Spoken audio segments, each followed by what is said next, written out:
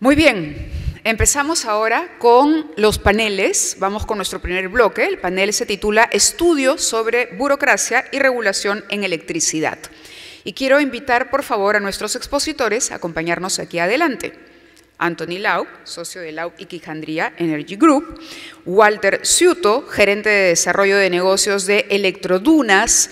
César Butrón, presidente de COES, y Santiago Dávila, gerente general de EA Consultores. Recuerden el hashtag para compartir sus impresiones a través de las redes sociales, hashtag Día de la Energía 2018. Empezamos. Bienvenidos, por favor. Recibámoslos con un fuerte aplauso, ¿no? Para no dormirnos y para empezar a calentar la mañana y el debate y la discusión. Gracias. ¿Cómo está? Bienvenido.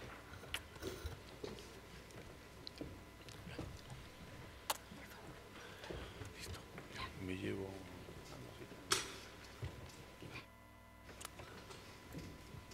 Micros.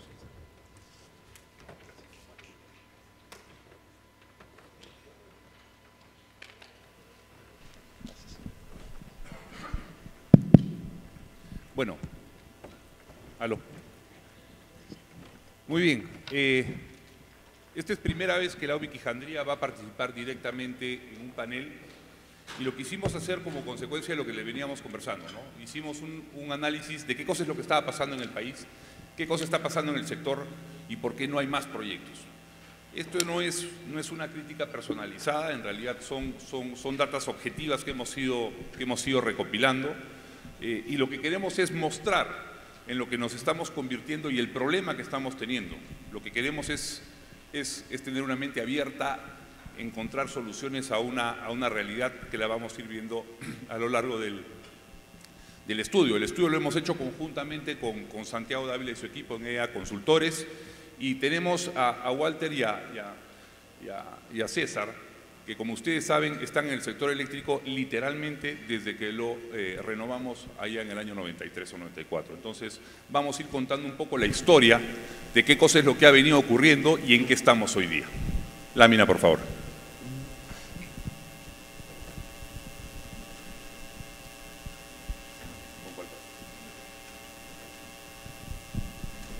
Muy bien.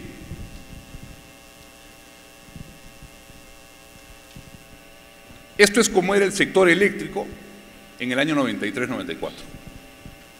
Solamente teníamos al Ministerio de Energía y Minas, a la Comisión de Tarifas de Energía, a las municipalidades provinciales y a las municipalidades distritales. En realidad, Indecopi entra más o menos en el año 98, 99, por ahí, pero ya lo ponemos. Si se ven y se dan cuenta, era un sector relativamente sencillo, manejable. Y lo que ocurrió y lo que fue la detonante para llamar nuestra atención fue esto. Señores, no están mirando los 80s. Esto es el año 2018.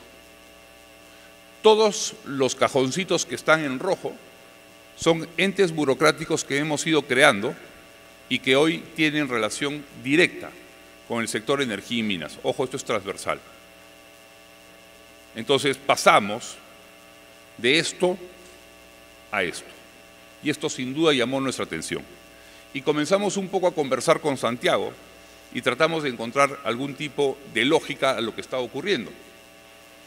Claro, vino la marea ambiental, vino la marea social, comenzamos a perder funciones con el Ministerio de Transporte, con el Ministerio de Salud, comenzamos a generar direcciones con ANA, Minagri, etcétera, etcétera. Los que se acuerdan, allá en los 90 era relativamente sencillo obtener una concesión definitiva de generación. Hoy día es un proceso que nos ocupa más de 105 permisos. Eso simplemente es insoportable. De repente nos ayudas un poco con esto, Santiago. Ahí la idea era un poco, si ustedes se acuerdan, hasta antes del año 91, teníamos un monopolio estatal verticalmente integrado. Electroperú y Electrolima manejaban todo el sector eléctrico en el Perú. Y nosotros pasamos del modelo 1 al modelo 3. Y Santiago, cuéntanos un poco qué pasa en ese caso, ¿no?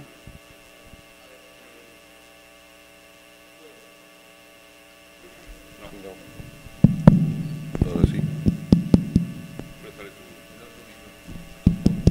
¿Aló? Ahora sí.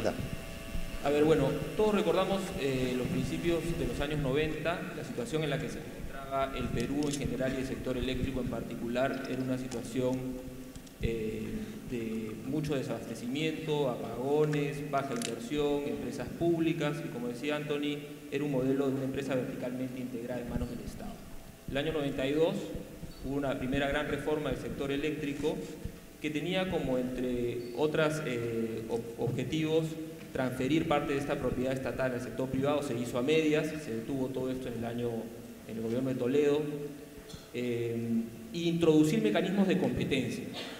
Y lo que se hizo fue pasar de un modelo 1 de monopolio verticalmente integrado hacia un modelo de competencia mayorista. Los generadores podían competir para abastecer a ciertos clientes libres y empresas de distribución en contratos bilaterales. En el año 98, ¿no? Y esta ha sido la característica, digamos, del 92 hasta el 2008. En el 2008 hay una segunda gran reforma que, en vez de continuar las reformas y profundizar el uso de mecanismos de mercado, ya no solamente para la competencia a nivel mayorista entre empresas de generación, sino profundizar la competencia a nivel minorista, reducir el ámbito de la regulación, hay una suerte de retorno hacia un modelo 2 que es un modelo de comprador único. No que el Estado sea el único comprador, pero de alguna manera el hecho de que todas las distribuidoras se puedan agrupar para hacer licitaciones públicas, o que el Estado, que antes no lo hacía, salga a comprar electricidad a través, por ejemplo, de Electroperú, o otorgando garantías, aislando el riesgo de demanda y de precio al inversionista privado, es una suerte de retorno hacia el modelo 2. Como que en el año 2008, cuando se da esta segunda ola de reformas, perdemos un poco la brújula, ¿no? Sí. ¿Por qué sale la 28832? O sea, ¿qué genera que el Ministerio decida promover la ley 28832? Bueno, efectivamente, lo que disparó eso fue, como tantas veces que se dispara una reforma, fue una crisis, ¿no? El año 2004 se presentó una sequía, y al mismo tiempo ya había un desacople entre los costos, entre los precios regulados por los INERMIN, los precios de la energía, y los costos marginales del sistema. Entonces los agentes lo que veían era que subían los costos marginales, pero que no subía el precio regulado. Los generadores se enfrentaban a una situación en la cual más o menos la mitad de sus ventas las tenían que hacer a un precio al cual ellos no controlaban, con una cantidad que tampoco controlaban. Y lo que pasó fue simplemente que el 1 de enero de 2004 un generador dejó de renovar contrato con un distribuidor, y de ahí se vino una avalancha que llegó ese año a 700 megavatios que se quedaron sin contrato. Entonces, con 700 megavatios de una máxima demanda en ese tiempo, que de 5.000, 4.800, era un problema importante. Se rompió la cadena de pagos. Los generadores siguieron produciendo, siguieron inyectando energía a la red, pero no recibían pago por ello. Exigían que los distribuidores le paguen a marginal. Los distribuidores decían, yo solo puedo pagar a lo que dice la ley, que es el precio regulado. Y entonces se presentó el problema más grave desde que se había producido la reforma del 92. Para atender esa situación, justamente esta vez hay que decirlo, el Congreso funcionó, con su Comisión Pro Inversión, tomó el tema en sus manos, emitió una ley que daba unos paliativos, la 27844, y encaminó, dispuso que se formara una comisión entre el Ministerio de los INER que resolviera eso. Aparentemente el modelo del precio administrativamente fijado por los INERMIN no estaba funcionando y había que plantear un nuevo modelo, y entonces esta comisión recibió ese encargo de desarrollar un nuevo modelo que evitara estos problemas generados por un precio administrativamente fijado. El resultado de eso, que fue un análisis y que hay que reconocerlo, fue liderado por los INERMIN, digamos conceptualmente, académicamente, pero liderado por el Ministerio, para que se pueda ejecutar y que tenga todo el apoyo, fue la ley 28832, que lo que hizo fue pasar el precio regulado, convertir a los distribuidores como si fueran clientes libres. El precio lo ponía la competencia, y ese precio se podía trasladar a la demanda final. Muchas gracias. Y es así como, en vez de avanzar hacia un modelo de competencia minorista, que es lo lógico que tuvo que haber ocurrido, en vez de seguir yendo a un mercado más libre, con menos reglas y con menos intervención, pegamos un giro. Es decir, para solventar una crisis en vez de corregir la crisis correctamente, lo que hicimos fue poner un parche, y esa es la realidad. Se tuvo que hacer por una cuestión de premura, de tiempo y de urgencia, pero lo cierto es que dimos un salto atrás. Esto es un poco la evolución del crecimiento de números de instituciones reguladoras relacionadas al sector de energía y minas. Si ustedes se dan cuenta, durante el gobierno de Fujimori y de transición, claro, no se hizo más allá de lo que ya les mostramos. Y es recién a partir de Toledo, García y Humala que tenemos un incremento sumamente interesante de la cantidad de entes que intervienen en el sector, que es básicamente este esquema, ¿no? Perdón, este esquema. Luego vimos cómo fue creciendo el presupuesto de los reguladores, y en este caso el regulador eléctrico en particular en la última década, y vemos largamente que Ocinermin es el regulador que tiene mayores ingresos por lejos de los reguladores, ¿no? A la fecha, el Ocinermin tiene más de 3.000 millones de soles recaudados del sector de energía y minas. Esto, que en principio no debería ser una mala noticia, pues sí termina siendo una mala noticia por lo que viene luego, que así a la par como crece sus ingresos, crece también su número de trabajadores. Pasamos de un Ocinermin de 284 personas a tener un Ocinermin de 750 personas. Y un poco de repente, Santiago, cuéntanos un poco qué cosa significa, qué pasa, qué motiva o qué generó que de pronto tengamos casi 2 veces y media más de trabajadores en Ocinermin. O sea, ¿hubo una explosión de empresas energéticas que regular? No, claro, eso es un poco una conclusión y una gran pregunta que nos hacíamos cuando hacíamos estas slides, ¿no? ¿Qué es lo que ha pasado en Perú en 25 años que lleve a un crecimiento tan exponencial como se ve en estas imágenes del regulador y en general de la regulación en el Perú? ¿Qué pasó, no? Y efectivamente no es que las empresas hayan triplicado, cuadruplicado, crecido exponencialmente en el sector energético, que las inversiones hayan seguido esa tendencia de crecimiento exponencial que haya motivado una necesidad de ampliación de la regulación. Lo que creemos que ha pasado es que el esquema en el cual operan los reguladores en el Perú en general y en particular el sector energético es uno en el cual se les permite obtener ingresos a partir de los aportes por regulación que van en línea con el crecimiento de los ingresos de las empresas que regulan, siendo estas empresas de hidrocarburos, eléctricas y mineras, pues obviamente el presupuesto de estas instituciones ha crecido de manera exponencial. Pero para justificar el crecimiento exponencial del presupuesto también se tiene que contratar mayor personal, y ahí lo podemos ver. Se tienen que abrir más oficinas y en general se tiene que crecer burocráticamente. Entonces, no hay tanto una explicación por el lado de que ha crecido la demanda de regulación, simplemente ha crecido la oferta. Bueno, y esto tiene un correlato, y el correlato es que, si ustedes se dan cuenta, crece el presupuesto, crece la gente, crecen las resoluciones del Consejo Directivo. Y es que tratábamos de encontrar algún tipo de explicación, y la explicación es que mientras más gente meto, esa gente tiene que justificar su trabajo de alguna otra forma. Y es normal, es natural, cada uno está protegiendo su trabajo. Pero lo cierto es que existe una correlación. Y esa correlación lo único que está generando es un mayor trabajo, una mayor burocracia y una mayor carga regulatoria en los regulados. No sé si, Walter, tienes algo que comentar al respecto. Sí, bueno, en esta línea lo primero que creo que tenemos que comentar que lo que ha pasado en estos últimos años, y lo que tenemos que decir es de que las empresas distribuidoras, en este caso Electrodunas, de la misma manera Luz del Sur y Enel Distribución, venimos llevando adelante inversiones importantes en la red que prácticamente están en el orden de un promedio de $100 por cliente, lo que representa más de la tercera parte de lo que invierten otras distribuidoras en el Perú. Y esto sencillamente lo que ha permitido básicamente es mejorar ampliamente la cobertura. Hoy prácticamente tanto Enel como Luz del Sur y Electrodunas tienen una cobertura del 100% dentro de su área de concesión, brindando un servicio de calidad a sus clientes.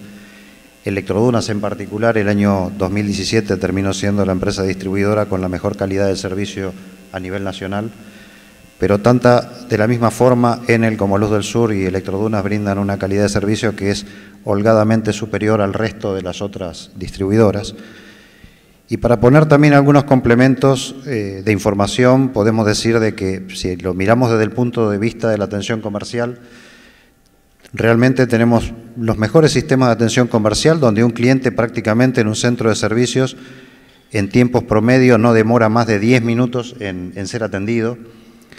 Y para poner también un dato importante, los errores de facturación que hoy tienen las empresas distribuidoras, al menos estas 3 privadas, están por debajo del 0,04%. No sé si repito, 0,04%, que son los más bajos prácticamente de toda América. Pero si uno analiza si estos resultados son consecuencia de una sobreregulación, la respuesta definitivamente tiene que ser no. O sea, nosotros venimos llevando adelante este servicio y mejorando por el compromiso que tenemos las compañías de brindar un mejor servicio hacia nuestros clientes. La sobreregulación lo único que genera es mayor burocracia. Y de la misma manera que vemos aquí el crecimiento de resoluciones, te doy un dato. Por ejemplo, el crecimiento en la cantidad de oficios y resoluciones que recibe Electrodunas en los últimos 3 años se incrementó 362%. Recibimos un promedio de 1.800 oficios y resoluciones por año. En el caso nuestro, en el caso de Luz del Sur y Enel deben estar en el orden de las 8.000 resoluciones al año. La pregunta es si esto nos ayuda a mejorar o no. Y yo creo que lo que hace es genera un poco más de burocracia y en una opinión personal creo yo que a veces se confunde el rol. El regulador en un sistema eficiente termina siendo la balanza, termina siendo el equilibrio, el que dirime cuando las cosas no salen bien, el que cuando un cliente no es atendido adecuadamente en una compañía puede recurrir en una segunda instancia para resolver el problema. Y hoy estamos viendo que aparece como un actor relevante en la cadena de valor, pero sin agregar valor. Hemos visto varias campañas donde el regulador dice, reclama facilito, dirige tu reclamo a los OCINER para que los OCINER interceda con la compañía. Cuando en realidad lo que debería hacer el regulador es decir, señor, dirija a su suministrador, si el suministrador no le resuelve su problema, aquí estoy yo para poder corregir el problema. Me hace acordar esto a la situación de los fiscalizadores de SUNAT, ¿no? que tienen el incentivo perverso de tener que ir a buscarte justamente porque ellos se les califica como con cuántas observaciones te encuentran, tienes una chapita. Pero un poco lo que tú ya habías resumido es, no es gracias al número de resoluciones, sino es gracias al número de oficios que ustedes como empresa mejoran. No, justamente lo que vemos es que se genera una carga adicional de labor, pero sin que se traduzca en un beneficio de mejor atención o de una atención más rápida para el cliente. Como comentaba, si uno se interfiere en la cadena de valor para poder atender a un cliente, en realidad lo que está haciendo es agregarle un paso más para poder transferir el documento a la distribuidora para que la distribuidora a la vez le responda al regulador y el regulador después al cliente sin agregarle valor añadido, lo cual es completamente ineficiente en este sentido. Por lo tanto, creemos de que a veces se confunde este rol y en realidad no es que se está mejorando el tiempo de atención de un cliente, al contrario.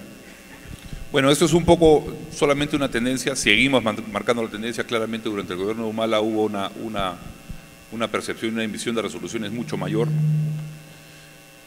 Esto es también un poco la cantidad de normas que se han promulgado y que están relacionadas al sector energía y minas. Cuando ustedes les presentábamos esta gráfica original y decíamos deberíamos de tender a ir hacia un sector menos regulado, lo que ha ocurrido en realidad, señores, es que en los últimos años lo que hemos hecho han sido emitir 408 normas que están directamente vinculadas con el sector energía. Entonces, en vez de privatizar y liberalizar el sector, dejamos una privatización trunca. Hoy ya tenemos, como lo decía Walter, solamente son 3 empresas de distribución privadas, el resto son públicas.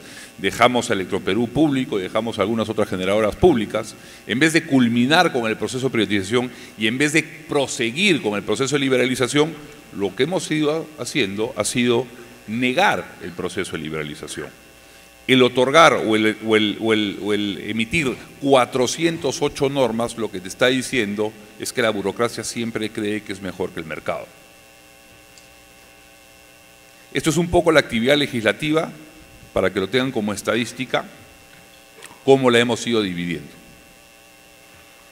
Y esta de repente es quizá la gráfica más entretenida de toda la presentación, porque te cuenta muy bien la historia. La hemos puesto desde el 2000, pero cabe recordar que desde el año 93 hasta el año 2000 pasamos de tener un sector eléctrico, y corrígeme César, que cubría con solamente el 48% de la población nacional. Teníamos energía eléctrica prácticamente un tercio del día. Nuestra oferta de generación era claramente deficitaria. Tuvimos que instalar barcazas generadoras fuera de la Rada del Callao para poder alimentar Lima, etcétera, etcétera. Y fue la ley de concesiones eléctricas y fue justamente el modelo liberalizador lo que permitió que las empresas de generación comiencen a instalarse en el país. Fue la privatización lo que fue el aliciente adicional para que más inversión llegue y pudiésemos darle la vuelta a la situación. Cuéntanos de repente, César, hasta el 2007, cómo es que esta evolución natural del mercado va encontrando sus propios equilibrios, ¿no? No sé si es que es correcta esta evaluación de la gráfica, ¿no? Y a puro riesgo. Bueno, sí, hay que recordar pues que justamente antes de la reforma se juntó la tormenta perfecta, ¿no? Había los ataques del terrorismo, y había falta de capacidad de generación, y había falta de capacidad de transmisión. Entonces, efectivamente, había más o menos el 25 o 30% de la demanda nacional no estaba siendo atendida, era una demanda reprimida, no atendida. No teníamos un solo sistema interconectado, había 2 sistemas interconectados. Y entonces, con la reforma, efectivamente empezaron a llegar inversiones, pero hay que precisar, llegaron inversiones como parte del compromiso de la privatización, hay que decirlo. No fue una inversión pura a riesgo. La primera ola de inversiones que hizo crecer la oferta en el sistema fue compromisos de inversión. Luego empezaron a llegar inversiones a riesgo basadas en el modelo marginalista que estaba funcionando hasta entonces, y luego empezó a crecer el Perú. Efectivamente, las inversiones siguieron viniendo, se dio el problema del 2004, las inversiones se pararon definitivamente, llegó el gas de camisea, y el Perú volvió a empezar a crecer, y justamente si mencionas el 2007 y 2008 ocurrió nuevamente un tema de escasez. Si recuerdan, se llenó el ducto, había capacidad de generación suficiente para atender la demanda, pero no había gas suficiente. Ya eso es otro tema, pero efectivamente la reforma del 92 sí funcionó hasta que se encontró otro escenario. Y ese escenario fue básicamente la ruptura de los contratos de los distribuidores, ¿cierto? Exactamente, o sea, hay que precisar, ¿no? Nadie rompió contrato, para ser justos, ningún generador rompió contrato, lo que hicieron fue dejar de renovar, dejaron caer los contratos y nadie los renovó. Ok, y motivó la 28832. Exactamente. De acuerdo. Y es a partir de la 28832 que la generación ya empieza a crecer básicamente por impulso puro del Estado, ¿o me equivoco? Hay una primera etapa pequeña en donde empieza a crecer en base a las licitaciones de la 28832, pero ocurre que empieza a crecer solamente en base a gas, porque no había otra posibilidad de competencia, y entonces el Estado tiene que intervenir de varias maneras para corregir determinadas falencias. El precio de potencia no cubría las centrales de reserva fría, tuvo que inventar el mecanismo de reserva fría vía proinversión.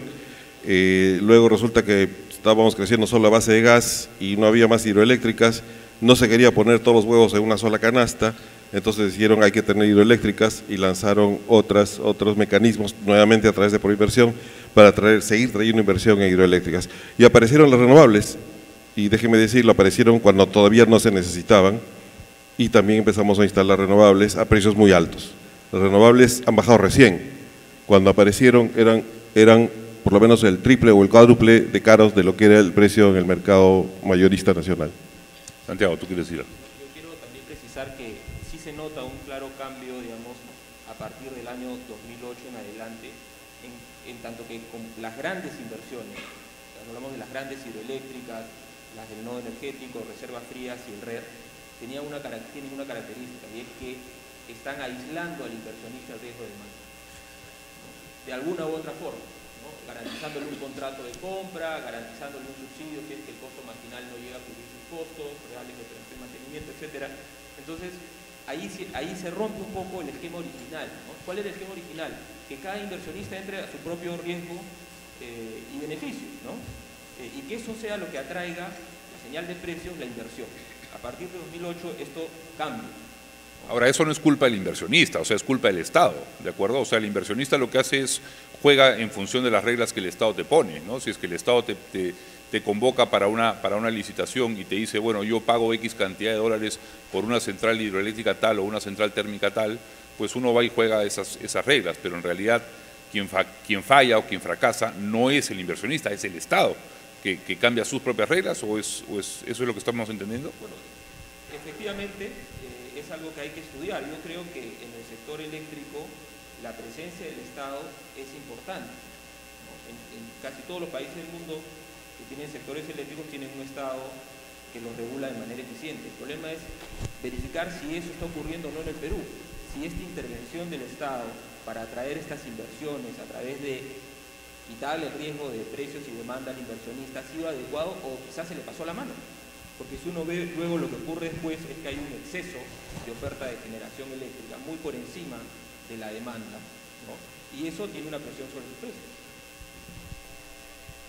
Sí, no, está muy bien todo lo que se está aclarando, pero sí, de alguna manera volver a resaltar el tema del eslabón más sensible de la cadena de abastecimiento, que sigue siendo la distribución, y es la que está sufriendo también las consecuencias de todo esto, ¿no? Hoy tenemos un escenario de sobreoferta que se traduce en sobrecontratación, y las distribuidoras, como ustedes saben, tienen la obligación de garantizar por contrato su demanda regulada, y su demanda, las 2/3 partes, se puede mover del mercado regulado al mercado libre o volver. Por lo tanto, tienes 2/3 partes de la demanda que se mueve con el riesgo de quedar sobrecontratado y amarrado de manos, porque no puedes quitarte el problema de la sobrecontratación. Por lo tanto, tenemos por un lado sobreregulación, pero por otro lado distorsiones que no son corregidas por la regulación y terminan afectando a una de las partes más sensibles de la cadena. Y es un tema que todavía está en vías de resolverse. Yo quería precisar algo, tratando de mantener siempre un justo medio, sobre el rol del Estado. Efectivamente, vamos a decir la verdad, en ese momento todo el mundo proyectaba un crecimiento mucho más alto del Perú, y entonces sí había un problema de escasez y el Estado tenía que hacer algo. El Estado no se puede quedar de brazos cruzados. Y entonces el Estado lanzó estas construcciones que después han terminado sobre oferta, pero eso es porque la demanda no creció como se pensaba. Y no estoy defendiendo a nadie, estoy diciendo exactamente lo que los números demuestran. Donde yo creo que fue el error fue que el Estado, quien estaba a cargo en ese momento, tomó el camino fácil. Es decir, recurrió a Proinversión, con los poderes que tiene Proinversión, para crear estos contratos ley, que son un marco regulatorio en sí mismo, ¿no es cierto? En lugar de hacer el camino un poco más complejo, pero que funcionaba mejor, que era diseñar una regulación que sirviera de norma para todos y que fuera lo necesario para seguir atrayendo inversión.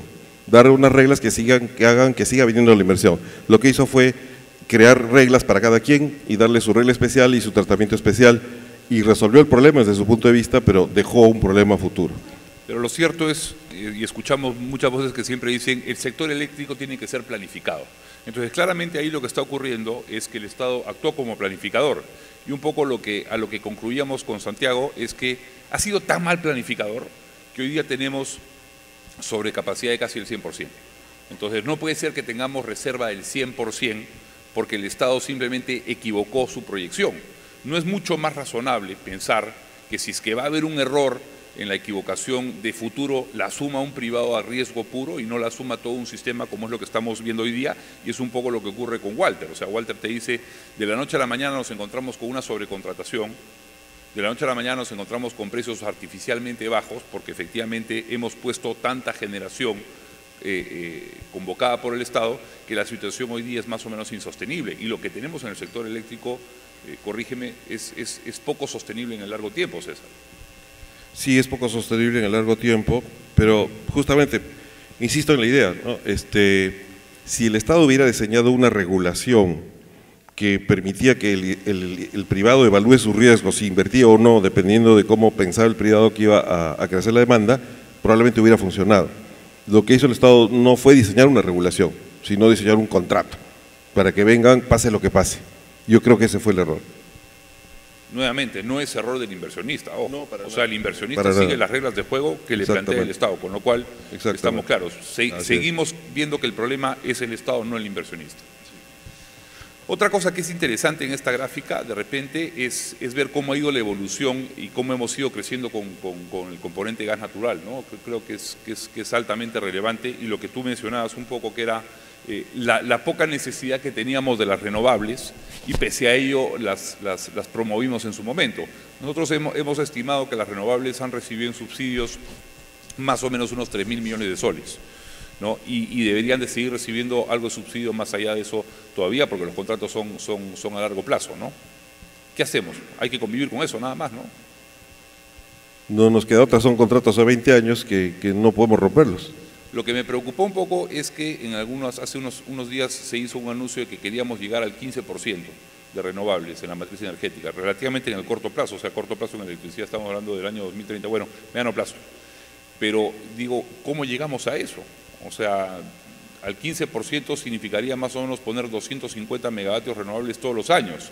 Y sabemos que las renovables, por ejemplo, no tienen pues reconocimiento de potencia. Entonces, ¿vamos a seguir subsidiándolas? Ese es un poco el camino que nos queda, César. Bueno, me está quitando tema del panel de la tarde. Estaba previsto para entonces, así que a algo adelantaremos. Aguantamos para la tarde entonces. Mejor lo dejamos para la tarde. Carlos Gomero me está mirando y me ha dicho que me va a matar. Bueno, esto de repente es el horror más grande que cometimos, César, ¿no? La famosa idealización del costo marginal. Y aquí de repente lo que hemos hecho ha sido eliminar toda señal de mercado. Si ustedes se acuerdan, en el año 2008 tuvimos una ocurrencia que fue nuestra tormenta perfecta, y el costo marginal se elevó por encima de los $200, ¿de acuerdo? Y esa señal de $200 simplemente asustó al gobernante de turno. Y aquí corrígeme en la historia, César, o corrígeme Santiago o Walter.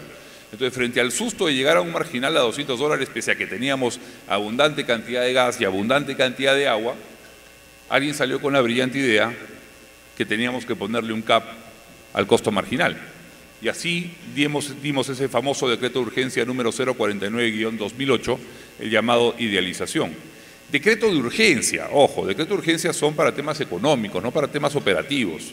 O sea, claramente ese decreto de urgencia era ilegal. Pero no solamente era ilegal, sino que los decretos de urgencia, por definición, solamente duran un año. Pero en este caso, César, nos fuimos hasta enero del 2018. ¿Cuál fue el efecto de la idealización del costo marginal en nuestro mercado? Bueno, nos fuimos hasta octubre de 2017 en realidad. Efectivamente fue renovado muchas veces. Fue una decisión que recogió otros regímenes especiales, hay que decirlo. Ya existían otros regímenes que creaban idealizados antes de este decreto de urgencia. Lo que ese decreto hizo fue juntar todo en uno solo y resolver el tema de los retiros sin contrato. Este tema es de mucha discusión, pero lo que podemos decir como efecto, lo que hizo realmente pues es que las transacciones en el mercado a corto plazo eran a un precio que no era el real, estaba roto el principio marginalista, y eso tiene una serie de efectos en otras cosas, tiene efectos en los contratos, ¿no es cierto?, tiene efectos en las señales de inversión. Entonces, si la presencia del gas natural con un precio que yo siempre reclamo y digo que no es subsidiado, sino que es un precio controlado por contrato, porque no hay nadie que esté sacando plata de un bolsillo para poner la otra para que ese precio del gas esté así, sino que es un contrato, en todo caso lo subsidió Shell. Si ya ese efecto de un gas natural barato y desacoplado de los precios internacionales de petróleo, de por sí ya hacía que el sistema marginalista ya no sirva para atraer inversiones a un sistema balanceado, que tenga hidroeléctricas, que tenga térmicas, que tenga todo lo que tiene que tener el mix adecuado, el crear el marginal idealizado lo que hizo fue terminar de borrar cualquier señal económica para inversiones a través del sistema de costos marginales. Voy a apretarlo un poco más a César, ¿no? César, acuérdense que fue presidente de Electroperú. Veo a mi amigo Toño Rosas ahí caminando por ahí, se pone un poco complicado con esto porque, claro, él tiene una hidroeléctrica, pero el idealizado a que más golpeaba era básicamente las hidroeléctricas. Entonces me imagino qué hubiese pasado si tú hubieses sido presidente de Electroperú en ese momento. tus ingresos se veían seriamente restringidos a la par que te habían endilgado ciertos compromisos comerciales previos, por ejemplo, gas natural, qué sé yo. Entonces, si es que tú hubieses sido presidente de Electroperú, como que en efecto lo fuiste, estarías preocupado hoy día, ¿no? No, bueno, ya hubiera renunciado. Efectivamente. Santiago, ¿tú tienes algún comentario sobre esto? No, bueno, desde un punto de vista económico, esta es una clara intervención del Estado en un mecanismo de mercado, ¿no? Costo marginal era una de las señales de inversión destinadas a señalar cuándo era necesario traer más generación al mercado, ¿no? Y claramente se ve cómo se rompe esta señal cuando, como dices tú, el Estado se asusta porque el costo marginal sube a $200 el megavatio hora. Bueno, pero precisamente estaba funcionando el mercado, lo que se esperaba era que a partir de ahí se motive la inversión privada, ¿no? Pero luego uno ve cómo claramente esta idealización termina por arruinar esa señal, y no por un año, sino por casi una década, ¿no? Tú coincides, Walter, ¿no?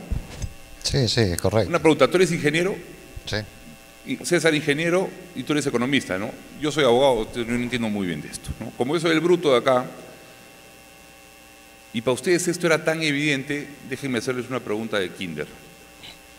Si teníamos ingentes recursos en los reguladores, ¿no pudieron contratar un economista, uno solo, que les dijera eso no se hace?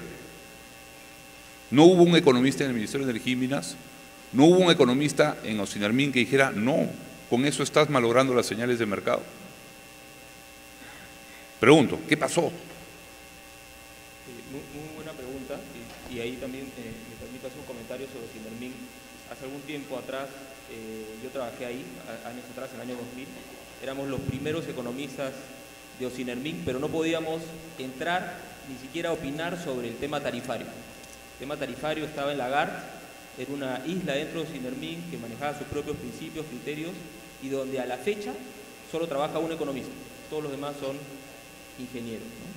En el año 2016, Ocinermin contrató con el apoyo de Procemer del BIT una consultoría donde yo participé y trajimos al profesor David Newberry, un catedrático importante en la Universidad de Cambridge en Inglaterra, que además ha sido uno de los gestores de la reforma energética del Reino Unido, que es un mercado muy competitivo, y él expresó su balance diciendo que el Estado peruano había fracasado como regulador, como empresario, lo vamos a ver más adelante en un slide, como empresario, como regulador y como gestor de la industria, ¿no? Unas críticas bien duras, pero hace 2 años ese informe está ahí, está colgado en la página web. Lo vamos a ver más adelante. Bueno, luego encontramos cosas como estas, ¿no? Peaje de conexión, transmisión. Pues resulta que cuando a nosotros en nuestra casa nos cobran transmisión, pagamos 44% efectivamente es transmisión. El resto son subsidios, o son cargos que no tienen nada que hacer. FICE, FOSE, GLP, cocinas a gas. La pregunta es, ¿yo qué tengo que hacer subsidiando cocinas a gas, cocinas a GLP? Creo que Humala nos vendió pues el famoso balón, en verdad fue Dahmer el que nos vendió el balón a 12 soles, y un poco la forma como encontraron para tratar de justificar el balón a 12 soles fue generando este tipo de subsidios. Entonces, lo que hemos hecho ha sido, y hemos visto hasta ahora, que la generación la malogramos, ¿de acuerdo? Malogramos la generación. Lo que ha dicho César en buen romance es, en un momento dado se disocia la tarifa regulada de la tarifa libre, del precio libre, ¿correcto? El precio de la potencia no reconoce completamente los costos, o sea, claramente estamos malogrando el precio de la generación. Luego ya malogramos la transmisión.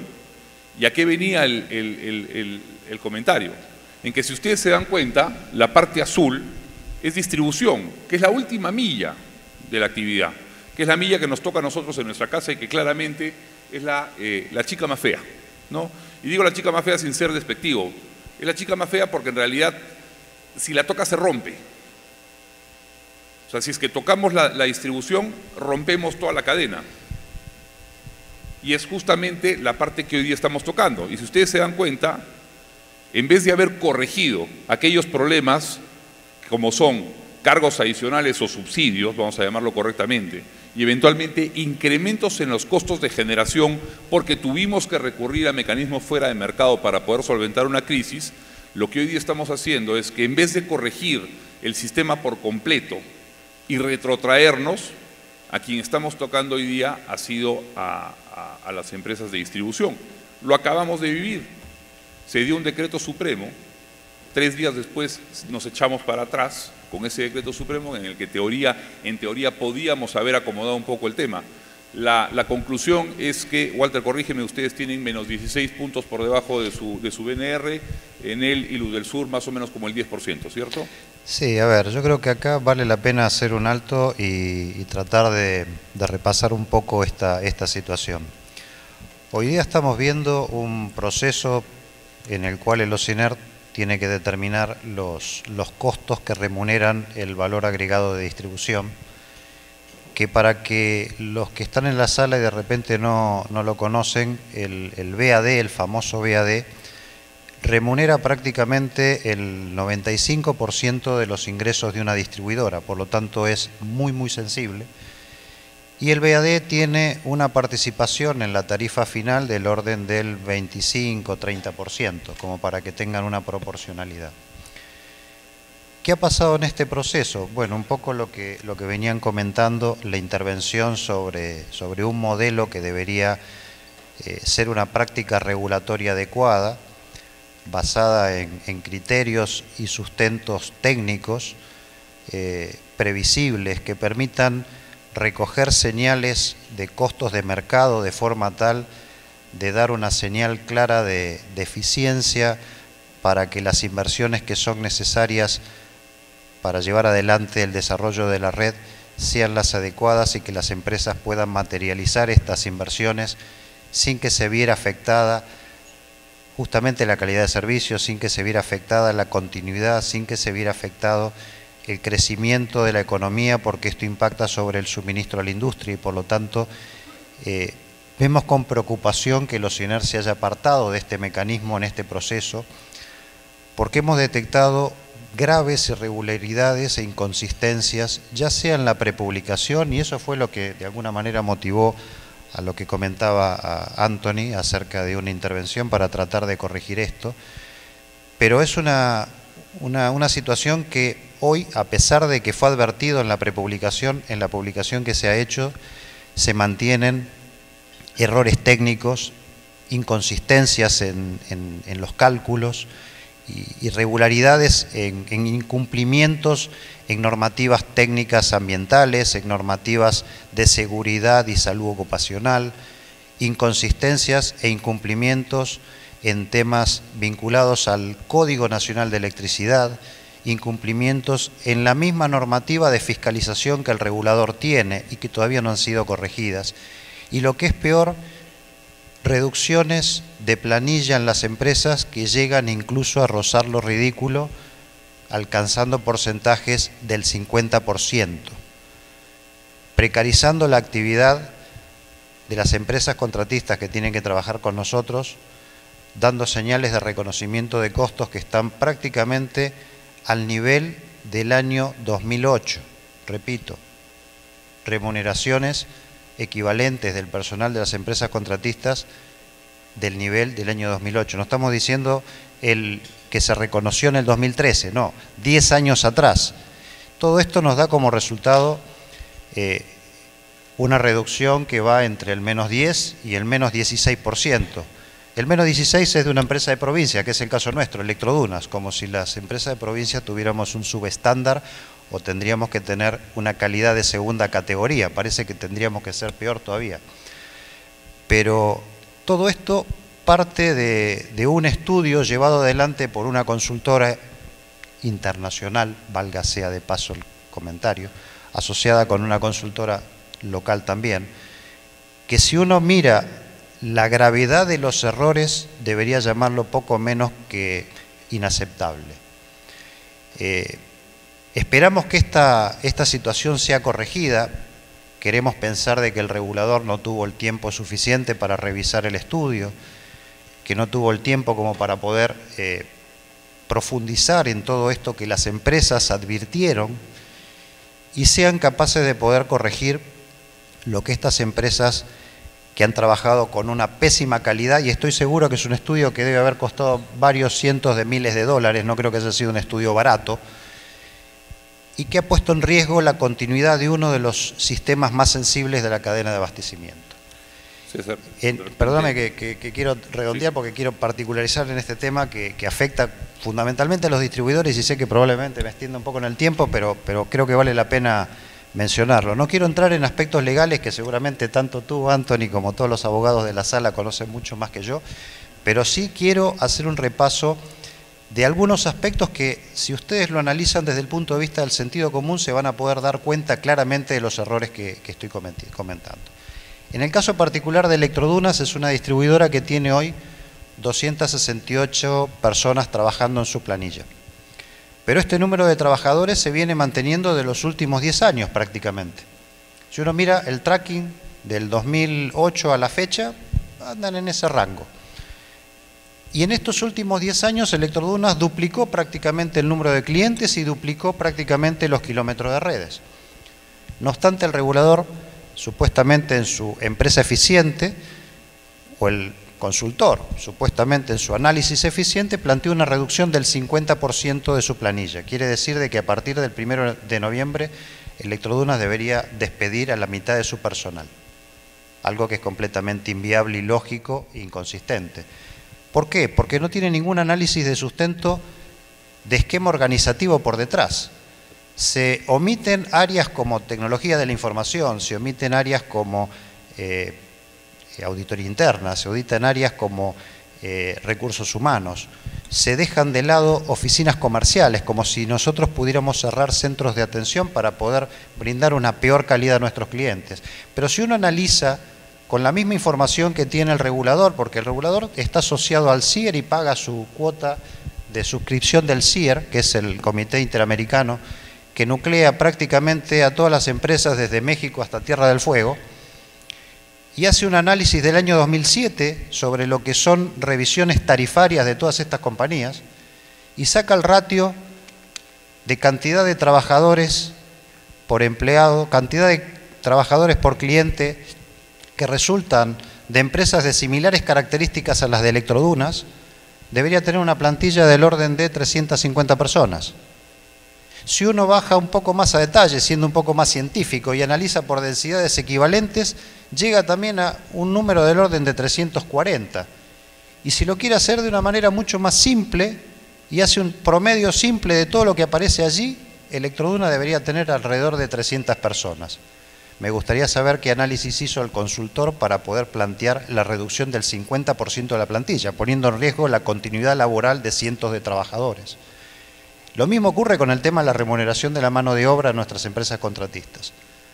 Retrotraer y dejar de lado la referencia de costo de mercado, como resulta Capeco, para utilizar una encuesta rellenada a mano, repito, rellenada a mano, tomando una referencia de una proyección de demanda laboral que obtuvo de un informe del Ministerio de Trabajo y que no corresponde a una encuesta de remuneración como obliga que sea para poder recoger costos de mercado, y termina poniendo niveles de remuneración equivalentes a lo del año 2008, lo único que está haciendo es precarizar la mano de obra y poniendo en riesgo la continuidad de cientos de miles de trabajadores. El Luz del Sur debe tener aproximadamente 3.500, 4.000 trabajadores contratistas trabajando, Enel debe tener una cifra similar, nosotros tenemos alrededor de 1.000. Estamos hablando de miles de familias que van a tener riesgo en su continuidad laboral y viendo afectada su calidad de trabajo por este tipo de señales. Pero si seguimos profundizando, y seguramente van a poder identificarlo también, porque no estoy tratando de describir cosas tan complejas como tiene una revisión tarifaria, sino solamente hacer un análisis de criterio con ustedes, se dejan de lado cumplimientos de normas que son la base de la ingeniería en la construcción de las redes de distribución. No existen postes de media tensión que no tienen fundación. Si uno construye redes aéreas y no funda los postes se caen. Estamos en una situación sísmica. En el caso de Electrodunas, peor. La mayor parte de nuestra área de concesión es arena. Si no se fundan los postes se caen. Pues bien, el criterio que se ha utilizado es, y se lo puedo dejar para que lo puedan leer en la respuesta del informe que da el consultor, que no necesariamente se tiene que hacer fundación o cimentación en los postes. La mayoría de las redes que se consideran en las redes de media tensión son de disposición triangular. Para los que no conocen, normalmente las redes tienen los postes con los conductores que van hacia el lado de la vereda, justamente para alejarlos de la línea municipal y evitar que se incumplan las distancias de seguridad. No obstante, se están considerando redes de triangulares, donde una de las fases de las líneas de media tensión van hacia el lado de las casas, dejándola mucho más cerca de las líneas municipales y poniendo en riesgo la vida de los ciudadanos, incumpliendo distancias de seguridad e incumpliendo las normativas. Me gustaría saber qué tipo de ingeniero ha trabajado en este tipo de estudio de consultoría que ha tenido este tipo de imprudencias o de incumplimientos que no han sido resueltos. Perdóname, quiero consulta a César, porque César en su momento fue gerente de una empresa de distribución. ¿Está tan mala la regulación de distribución, César? O sea, ¿realmente las empresas de distribución requieren un ajustón de esa naturaleza en el país? ¿O es que efectivamente deberíamos de encontrar mecanismos menos dolorosos para la empresa, como lo están narrando Walter, sobre todo para la empresa privada? Porque claro, si es empresa pública, nunca quiebran, pues, ¿no? No sé, porque tú fuiste miembro de una empresa pública, entonces de repente tu input es menos tendencioso, llámalo como quieras decir, o sea, para que no digan que el privado está llorando, ¿no? Bueno, antes de eso me estaba preguntando qué pensará Mile de que lo hayas calificado como la niña fea. Bueno, es feo. Ah, ya, bueno. A ver, mucho se dice que el modelo que se aplica, y he visto estudios que el mismo Cinera ha contratado, que dice que el modelo de regulación yardstick que se aplica a las distribuidoras es un modelo que ya pasó de moda, que hay que reemplazarlo por otros modelos. Pero yo creo que no hay modelo malo, sino que se aplica mal. Exactamente. El modelo podría funcionar. Yo no tengo ningún problema con el diseño del modelo. De hecho, ha funcionado en varias cosas. Por ejemplo, ese modelo ha servido para reducir pérdidas. El Perú, incluyendo empresas estatales, tiene un nivel de pérdidas de energía bastante aceptable a nivel latinoamericano, 9%, incluyendo empresas estatales. Entonces, ha funcionado. Pero la cosa es que cuando se aplica mal, cuando se exagera, cuando no se reconoce lo que se puede reconocer, entonces todo empieza a funcionar mal. Una distribuidora es un negocio de miles de millones de acciones todos los días, ¿no es cierto? Entonces tiene demasiados frentes, tiene alumbrado público, tiene calidad de suministro, reparto de recibos, lectura, tiene todo eso, y efectivamente todo eso se tiene que hacer bien, y efectivamente si se deja que se le dé una tarifa y no se le supervise, la tendencia natural va a ser reducir costos y empeorar la calidad de servicio. Entonces sí necesita una regulación, pero repito, la regulación debe ser bien hecha y debe ser realista. El problema es cuando se empieza a distorsionar la regulación y cuando el regulador piensa que su función es reducir tarifas. Ese es el fundamental error, que dice la función es reducir tarifas. No, la función debe ser dar una tarifa que haga que el sistema sea sostenible en el presente y en el futuro. Esa es la que debe ser la función del regulador, y creo, y se los he dicho personalmente, creo que en muchos casos nuestro regulador ha perdido de vista y se ha confundido por su propia reglamentación y ha olvidado su objeto. El objeto del regulador es que el sistema, tanto a nivel de generación, transmisión, distribución, sea sostenible. ¿Y qué es lo que ha pasado en el Perú? Que como esto no funcionaba en generación y hubo que sacarle la vuelta vía por inversión, y como antes de eso no funcionaba la transmisión porque no había inversiones en transmisión, la regulación evolucionó y sacó al regulador de la película y empezó a regular vía otros medios. Y parece decir que eso es lo que faltaría con distribución, ¿no? Y una pregunta ahí rápidamente empatando. Yo siempre escuché que alguien decía, el Ministerio de Energía y Minas es la FIFA o Sirmin es el referee. Si es que esa analogía es correcta, entonces el decreto supremo que dio el Estado, el Ministerio de Energía y Minas hace unos días, el originalmente derogado, estaba bien, o sea, estaba cambiando las reglas porque está dentro de su potestad y no estaba afectando en teoría la independencia del regulador, ¿o me equivoco? No sé, hoy día Tony me quiere hacer contestar todas las preguntas complejas. diciendo que estoy supervisado por Ocinermin, pero no importa, recogeremos el guante. Mi opinión personal, que tengo que desagregarla del COES para que no nos caigan fiscalizaciones por todo, es que ese alegato de que se ha violado la autonomía del regulador es totalmente equivocado.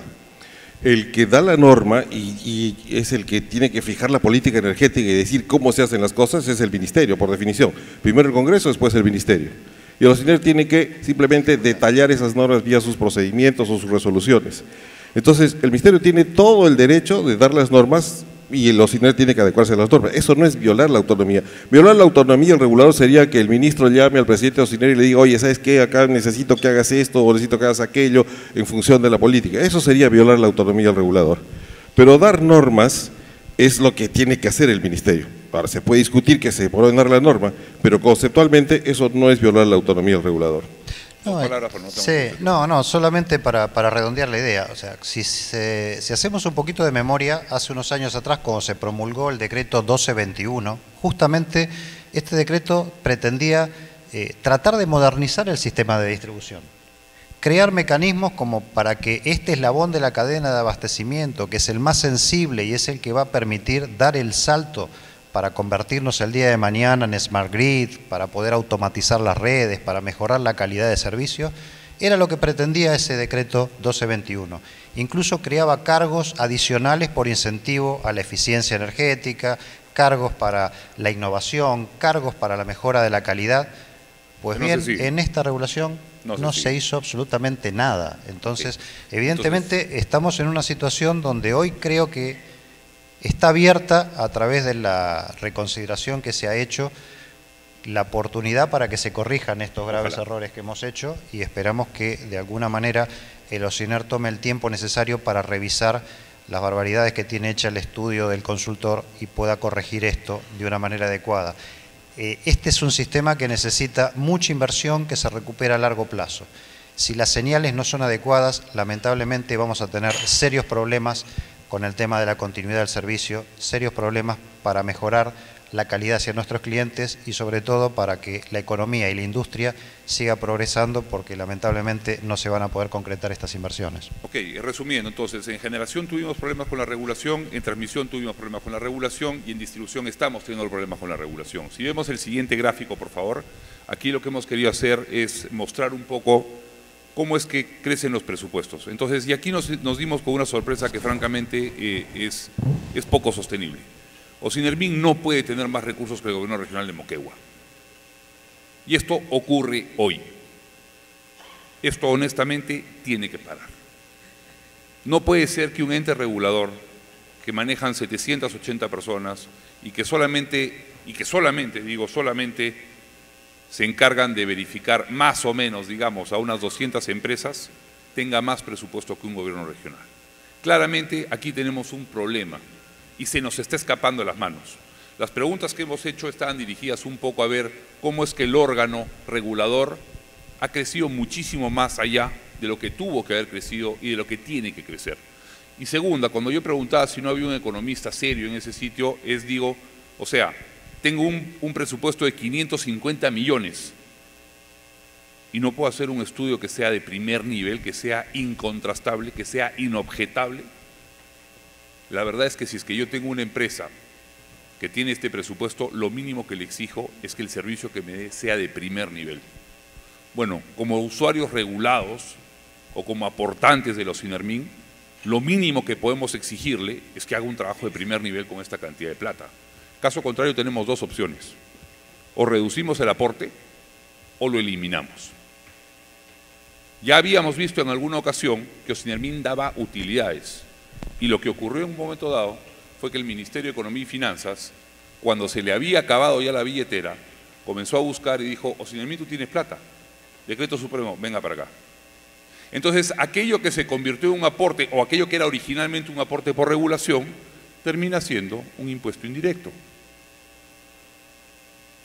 Señores, eso no es justo para las empresas, eso no es justo para el sector, no nos hace bien. Entonces, si Ocinermin no recae en esto es serio. Para mí es inaudito que un gobierno regional que tiene necesidades básicas tenga menos presupuesto que un órgano regulador. Esto lo tenemos que cambiar. Bueno. ¿Puedo hablar? Sí. Ahora sí es la única, es la única vez que quería intervenir y justo te la saltas. ¿Puedes poner otra vez el gráfico de los presupuestos? Ya. Ahí yo quiero resaltar una cosa elemental. Si hubieran puesto el presupuesto del COES, estaría ahí más chiquito todavía. Más chiquito todavía. 50 millones de soles. Con 50 millones de soles operamos el sistema, administramos el mercado a corto plazo y hacemos la planificación de la transmisión. Quería hacer...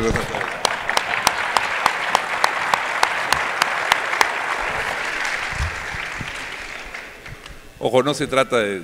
Hemos invitado al presidente de Osinalmín, dicho sea de paso, no obtuvimos respuesta, nos hubiese encantado que esté acá, no somos sectarios, pero creo personalmente que Osinalmín tiene un problema. Honestamente, lo venimos diciendo hace mucho tiempo, tenemos un problema serio. No puede ser que Osinalmín tenga más presupuesto que el Ministerio de Energía y Minas. No puede ser que Osinalmín tenga más presupuesto que Proinversión. No puede ser que Osinalmín tenga más presupuesto que el INGEMET. El INGEMET es el órgano que se encarga de encontrar recursos minerales en el Perú. Francamente, algo está funcionando mal. No te olvides del COES. No me olvido del COES. Bueno, y nos habías adelantado, Santiago, un poco, en el 2016, y un poco, esto voy a contar la anécdota, cuando habíamos terminado la presentación y habíamos llegado a ciertas conclusiones con Santiago, Santiago me dijo, oye, pero el año 2016 trajimos a este Newbery, que es prácticamente algo así como un gurú en regulación, se le pagó una muy buena cantidad de plata y produjo un documento de primer nivel donde identificó todos los puntos que nosotros hemos tratado en esta presentación, los identificó de manera independiente. La verdad es que nosotros no habíamos accedido a este estudio y llegamos literalmente a las mismas conclusiones. Y por ejemplo, Newbery, ¿qué te dice? Oye, no puedes seguir regulando con un modelo de empresa eficiente, eso no existe más.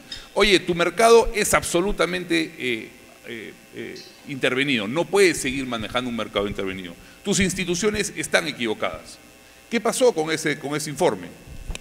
Si es que es un buen informe, Santiago, ¿qué pasó? ¿Dónde está? ¿No se presentó al Ministerio de Energía y Minas? ¿No se hizo nada? No, por supuesto. Este es un informe, como decía, contratado por Procemer, que es un fondo del BID, precisamente para revisar el marco regulatorio del sector eléctrico peruano, ¿no? Contó con la participación de este destacado experto en el sector eléctrico mundial, identificó cuestiones en el año 2016 que le hemos visto en el año 2018, por ejemplo. Decíamos en el año 2016, éxodo de clientes libres, ¿no? Éxodo de clientes libres de las distribuidoras a las generadoras, o cambio de clientes que pueden ser libres o regulados a clientes libres. Habíamos identificado la amplia brecha de exceso de oferta, una brecha de inversión. El profesor expuso su trabajo ante los Osinalmín y también ante el Ministerio. En ese momento el Ministerio está en una etapa de cambios, está entrando un nuevo ministro, y esto es una suerte de hoja de ruta para la reforma del sector eléctrico. ¿Cuánto costó ese estudio? Este estudio costó casi $1 millón, ¿no? Porque obviamente tuvo que... Perdón un segundo, $1 millón y está ¿dónde? Está colgado en la página web. Y no estamos siguiendo nada de lo que se dice en ese estudio. Nada de... Bueno, entonces la pregunta que hago es, ¿qué hacemos? ¿Financiamos literatura? Es que, honestamente, ¿financiamos literatura? ¿Eso es? Con los aportes regulatorios que hacemos, ¿financiamos literatura? Que alguien venga, haga plata y se vaya. Y no hacemos caso a esos estudios. Entonces, ¿de qué estamos hablando? Honestamente, no es un tema personal, y lo hemos dicho en varias veces. Duro con el problema, suave con las personas. Pero el problema es que las personas no están reaccionando. Y las personas que tendrían que reaccionar no lo están haciendo. Hemos volado de tiempo, pero para que no digan que solo somos críticos, hemos hecho una propuesta, que son las láminas que siguen. No lo vamos a dar, no nos da el tiempo para tratarlas, por favor revísenlas, pero lo cierto es que mi conclusión es rápida. La malogramos en generación, la malogramos en transmisión y la estamos malogrando en distribución. El Ministerio de Energía y Minas dejó de ser Ministerio de Energía y Minas y el Osinalmín asumió esos dos roles. Eso no está bien. El aporte por regulación, francamente, es un exceso. Tenemos que hacer algo al respecto. Y cuarto, la sobreregulación que tenemos y la cantidad de burocracia que le hemos impregnado al sector de energía hace imposible que tengamos proyectos de magnitud a puro riesgo. Nos vamos a acostumbrar a que todos los procesos sean dirigidos por Proinversión. No sé si alguien, una palabra final. Una última palabra. Los países desarrollados usa el concepto de value for money o valor por dinero para medir el desempeño y la efectividad de sus instituciones regulatorias, ¿no? Entonces, la gran pregunta que yo dejo es, estos casi 3.000 millones de soles de presupuesto acumulado de Finalmin, ¿son valor por dinero o no? Una reflexión. César. Creo que ya hablé demasiado hoy día. Gracias. Walter también. Sí, no, muchas gracias. Bueno, gracias por habernos, nos hemos excedido en el tiempo. Gracias a ustedes por la atención.